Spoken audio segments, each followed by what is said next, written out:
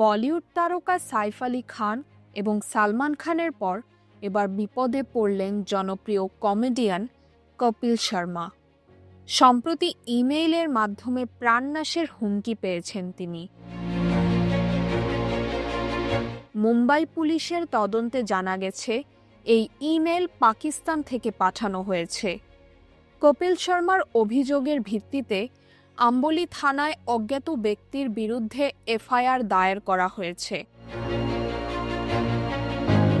ইমেইলে লেখা আছে, আমরা আপনার সাম্প্রতিক কার্যকলাপ পর্যবেক্ষণ করছি।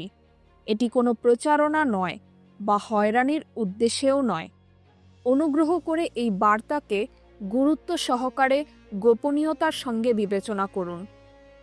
ইমেইলটি বিষ্ণু নামের একজনের কাছ থেকে এসেছে, যেখানে উল্লেখ রয়েছে যে ৮ ঘন্টার মধ্যে উত্তর না দিলে ব্যক্তিগত এবং পেশাগত ক্ষতি হতে পারে।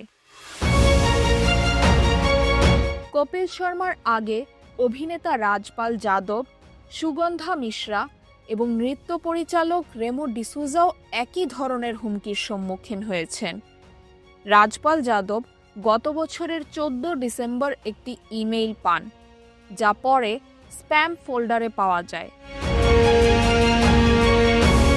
মুম্বাই পুলিশ জানিয়েছে, এই হুমকির পেছনে জেলে থাকা গ্যাংস্টার লরেন্স বিশনোইয়ের গ্যাং জড়িত থাকতে পারে। তাহমিনা রহমান হাফসা, ঢাকা ওয়েস্ট।